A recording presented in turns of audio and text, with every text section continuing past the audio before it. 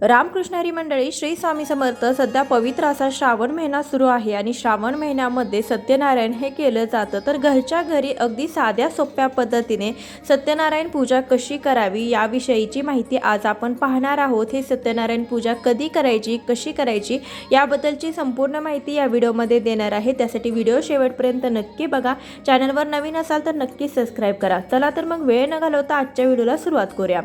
जन्म मृत्यू देण्याचं किंवा जन्माला घालण्याचं जे काम असतं तर ते ब्रह्मदेव करत असतात आणि जन्म ते मृत्यूपर्यंत पालनपोषण करण्याचं काम जबाबदारी भगवान विष्णूंवर आहे.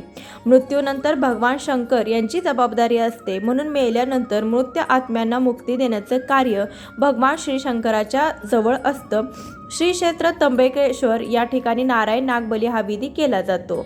आपल्या घरात अन्न पुरेसं न पडणे, अनेक आर्थिक अडचणी येणे, अन्न चविष्ट न लागणे, अन्न खाऊन देखील समाधान न होणे, महिनाभर पुरणारे धान्य महिनाभर न पुरता ते खूप लवकर संपणे, घरातील पैसा हा अनेक व्यर्थ असलेल्या ठिकाणी खर्च करावा लागणे, पैसा घरात आला तर त्याला वाटा फुटून अनाठायी पैसा खर्च होत राहणे, अशा समस्या जेव्हा आपल्या घरीही उद्भवतात त्यावेळेस सत्यनारायण करण्याचा जी काही सल्ला आहे तर तो दिला जातो.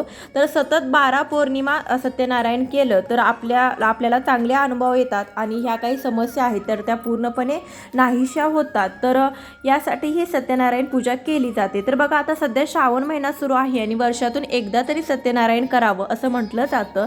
जुनी मंडळी अशी म्हणतात की घरचं धान्य सरत नाही व विकतचं धान्य पुरत नाही. कारण विकतचं आणलेलं धान्य आपल्या घरी आल्यानंतर आपण ते खाल्ल्याने जाणकार मंडळी असं म्हणतात की जसे अन्न खावे वैसे उपजे मन. या सर्व गोष्टी आपल्या कुटुंबावरती व आपल्यावर किती वाईट परिणाम करू शकतात हे लक्षात येतं. घरातील माणसे हे फक्त एक विचाराने न राहणे, घरात समाधान, अन्नधान्य तसेच पैसा पुरेसे न पडणे या सर्व गोष्टींचं मूळ आपल्याला या ठिकाणी दिसून येतं. म्हणून आपल्या पूर्वजांनी फार बारीक अभ्यास करून घरच्या घरी पौर्णिमेला सत्यनारायणाची पूजा करण्याची प्रथा यासाठी घातलेली आहे. आपल्या घरी असलेलं अन्न व धन पालनपोषणाची जबाबदारी भगवान विष्णू यांच्याकडे असल्याने भगवान विष्णूंच्या अनिष्ठानात घरातील धान्य व पैसा सत्यनारायणाच्या पूजेच्या माध्यमातून जर आपण पूजून घेतला तर त्याचे पैशाचे आणि धान्याचे सर्व दोष नाहीसे होतात. तसेच तो पैसा, धन, धान्य, पैशात पैसा टाकल्यास त्याला बरकत राहते. त्या ठिकाणी पवित्रता येऊन घरातील लोकांनी ते पवित्र अन्न खाल्ल्याने त्यांच्याही मनामध्ये पवित्र विचार येऊ लागतात. सुख, शांती, आनंदी वातावरण राहण्यास मदत होते. त्यासाठी सत्यनारायण पूजा करावी. श्रावणामध्ये तर तुम्ही कधीही सत्यनारायण करू शकता, परंतु जर जमल्यास तर तुम्ही श्रावण पौर्णिमेला सत्यनारायण पूजा अवश्य करावी. कारण की पौर्णिमा ही तिथी भगवान विष्णू आणि माता लक्ष्मी यांच्या पूजेसाठी असते. तर त्यासाठी त्या दिवशी आपण सत्यनारायण केलं तर नक्कीच त्याचं आपल्याला जास्तीत जास्त लाभ मिळतात. त्यासाठी शक्य झालं तर श्रावण पौर्णिमेला घरच्या घरी सत्यनारायण नक्कीच करावं. सत्यनारायण पूजेसाठी काय काय साहित्य लागते ते आता आपण पाहूयात. तर साहित्यामध्ये आपल्याला पाट किंवा चौरंग लागणार आहे. तर तुमच्याजवळ जे काही आहे ते तुम्ही घेऊ शकता. त्यानंतर 1.25 वाटी गहू घ्यायचं आहे. सत्यनारायणाच्या पूजेसाठी तुम्ही जे काही गहू घ्याल, तांदूळ घ्याल ते सव्वाच्या मापामध्ये घेतलं जातं. म्हणजे तुम्ही 1.25 किलोच्या मापामध्ये घेऊ शकता किंवा 1.25 वाटीच्या मापामध्ये घेऊ शकता. जो काही आपण प्रसाद बनवणार आहोत, प्रसादाचा शिरा सत्यनारायणाचा केला जातो केळ टाकून, तर त्या सर्व वस्तू देखील 1.25च्या मापामध्ये घेतल्या जातात. तुम्ही त्या देखील 1.25 वाटीच्या मापामध्ये घ्यायच्या आहेत. तर त्यानंतर 1.25 वाटी गहू घ्यायचं, 1.25 वाटी तांदूळ घ्यायचं, हळदी कुंकू, फळं घ्यायचे, 5 फळं घेऊ शकता. त्यानंतर फुलं घ्यायचे, बाळकृष्णाची मूर्ती, 3 सुपाऱ्या घ्यायचे, तुळशीची पानं घ्यायचे, प्रसादासाठी शिरा बनवून घ्यायच्या, निरांजन, खडीसाखर, त्यानंतर स्वच्छ पाणी घ्यायचं आहे, चंदन घ्यायचं आहे. स्थापना आपल्याला कलशाची स्थापना करण्यासाठी तुळशीपत्र, 1 फूल, 1 रुपयाचं नाणं, सत्यनारायणाचा फोटो, आंब्याचे डहाळे घ्यायचे आहेत. स्वामी समर्थांचा फोटो किंवा मूर्ती असेल तर ती देखील तुम्ही पूजेमध्ये मांडू शकता.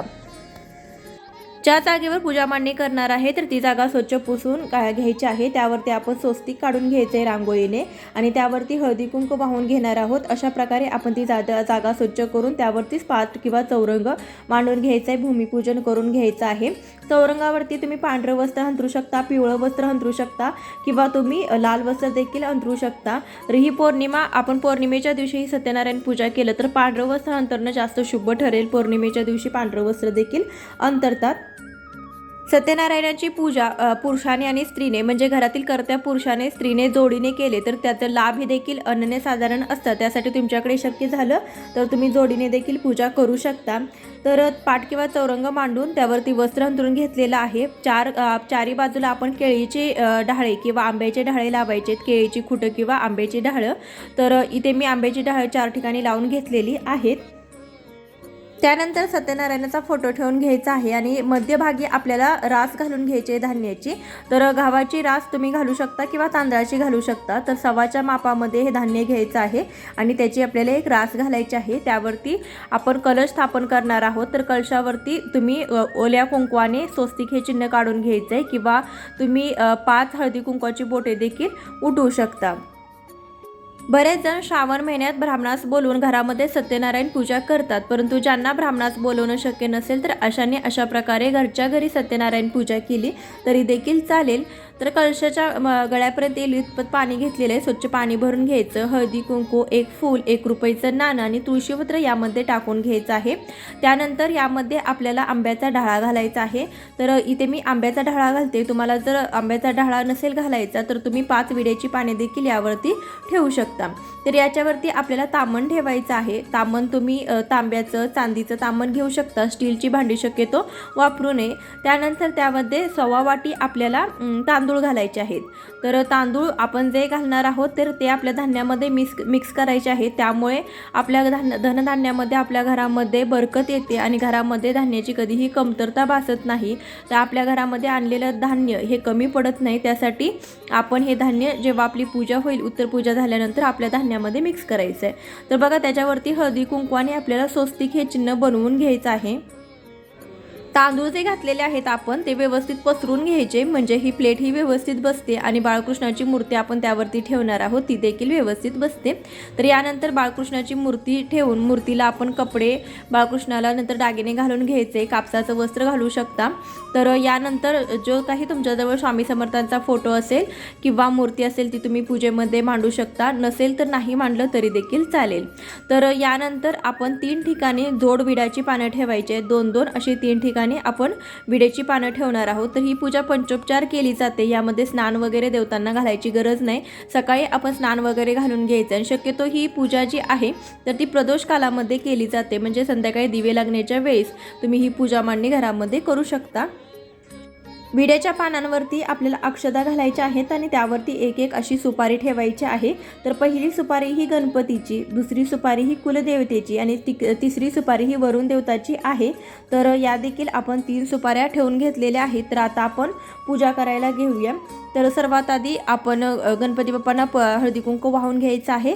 त्यानंतर ज्या काही आपला सत्यनारायणचा फोटो असेल किंवा स्वामी समर्थांचा फोटो, बाळकृष्णाची मूर्ती याला आपण चंदन लावून घेतलेलं आहे. त्यानंतर हळदी कुंकू, अक्षता वाहून घ्यायचे आहेत, फुलं वाहून घ्यायची आहेत.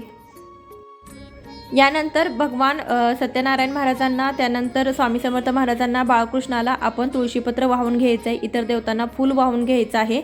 यानंतर सत्यनारायणाची आरती करायची आहे आणि कथा देखील वाचायची आहे. कथा वाचल्याशिवाय ही पूजा पूर्ण होत नाही. त्यासाठी कथा ही आवर्जून वाचायची आहे. आपल्याला जीवनात अपेक्षित असलेलं सुख, समाधान, वैभव आणि शांती लाभावी यासाठी सत्यनारायणाचं व्रत, सत्यनारायणाची पूजा हा एक प्रभावी उपाय आहे. सत्यनारायणाच्या पोथीच्या पहिल्या अध्यायातच या गोष्टीस पुष्टी देण्याचं सांगितलेलं आहे. नारद मुनींनी विष्णू भगवंतांना जेव्हा असं विचारलं की हे प्रभू, कलियुगामध्ये माणसाची दुःख दूर करणारा, त्यांना सुख, शांती, समाधान करणारा, त्यांची मनोकामना पूर्ती करणारा एखादा छोटासा उपाय असेल तर तो तुम्ही मला सांगा. त्यावर भगवान विष्णूने कलियुगात शीघ्र फलदायी ठरणाऱ्या श्री सत्यनारायणाची पूजा करावी म्हणजे त्यांच्या कृपेने त्यांची मनोकामना पूर्ती, संरक्षण, संवर्धन आणि सुख, सौख्य लाभ त्यांना प्राप्त होईल असं सांगितलेलं आहे. त्यासाठी आपण सत्यनारायणाची पूजा वर्षातून एकदा तरी नक्की करावी. ज्यांना शक्य आहे त्यांनी प्रत्येक पौर्णिमेला ही सत्यनारायणाची पूजा घरच्या घरी करा. 12 पौर्णिमेपर्यंत तुम्हाला चांगले अनुभव येतील. नक्कीच तुमच्या घरामध्ये बरकत आलेली असेल. तर ज्या महिलांना शक्य आहे त्यांनी नक्कीच पौर्णिमेच्या दिवशी असं सत्यनारायण करत जावा। तर यानंतर नैवेद्य वगैरे दाखवून घ्यायचा आहे। तो आपण जो नैवेद्य बनवलेला आहे तर तो नैवेद्य प्रसाद म्हणून घरच्या लोकांनीच खायचा आहे, कारण की आपल्या घरात बरकत यावी यासाठी घरच्या घरी आपण हे सत्यनारायण केलेलं आहे। त्यासाठी हा जो प्रसाद आहे तो घरच्या व्यक्तींनी खायचा आहे, इतर व्यक्तींना हा प्रसाद आपण द्यायचा नाही। सत्यनारायणाच्या पूजेमध्ये नैवेद्य दाखवताना त्यावरती तुळशीपत्र आवर्जून ठेवायचे, त्याशिवाय भगवान नैवेद्य ग्रहण करत नाहीत, त्यासाठी तुळशीपत्र हे आवर्जून ठेवा। या पूजेची उत्तर पूजा कशी करायची ते देखील सांगते। दुसऱ्या दिवशी सकाळी आपल्याला ही पूजा काढायची आहे। पूजा काढण्याच्या अगोदर दिवा लावून घ्यायचा आहे, अगरबत्ती लावून घ्यायचा आहे। जी काही आपण ही पूजा मान्य केलेली आहे तर त्यावरती आपण अक्षता टाकायच्या आहेत। अक्षता टाकत असताना आगमन पुनरागमन असं बोलायचं आहे। तर आपल्याकडून क्षमा याचना करायच्या आहेत, म्हणजे आपल्याकडून काही चूकबूक झाली असेल पूजा करते वेळेस तर मी काही पूजा केलेली आहे तर जाणतेपणे न जाणतेपणे माझ्याकडून काही चुका झाली असेल तर मला क्षमा करा व या माझ्या पूजेचा स्वीकार करा असे भगवंताकडे प्रार्थना करायची आहे, क्षमायाचना करायची आहे। आणि त्यानंतर अगरबत्ती संपेल तर त्या संपल्यानंतर तुम्ही ही जी काही पूजा मांडणी आहे तर ती काढू शकता। विड्याची पाने, फुले अशा नाशवंत वस्तू आहे ते निर्माल्यामध्ये टाकायच्या आहेत। यानंतर पूजेमध्ये उरलेलं जे गहू तांदूळ त्या धान्यात टाकायचं, त्यामुळे धान्याचे जे काही दोष असतील तर ते नाहीसे होऊन ते पवित्र होतात। कारण जेव्हा धान्य दुकानातून विकत आणत असतो त्यावेळी अनेकांचे हात त्या धान्याला लागलेले असतात, त्यांचे दोष नाहीसे होण्यासाठी ते पवित्र होण्यासाठी आपण ही सत्यनारायण पूजा केलेली आहे। या विधीमुळे घरामध्ये सुखशांती नांदते, धनधान्य पुरते, आर्थिक स्थितीसुद्धा सुधारते। ही सत्यनारायणाची पूजा करत असताना प्रदोष काळी म्हणजे सूर्यास्तानंतर 2 तासामध्ये तुम्हाला सत्यनारायणाचं पूजन हे करायचं असतं। या श्रावणामध्ये तुम्ही घरच्या घरी सत्यनारायणाची पूजा अवश्य करा। व्हिडिओ कसा वाटला कमेंटद्वारे सांगा। तुमच्या काही शंका असतील तर नक्कीच विचारा। भेटूया अशाच एखाद्या व्हिडिओसोबत, तोपर्यंत श्री स्वामी समर्थ, रामकृष्ण हरी।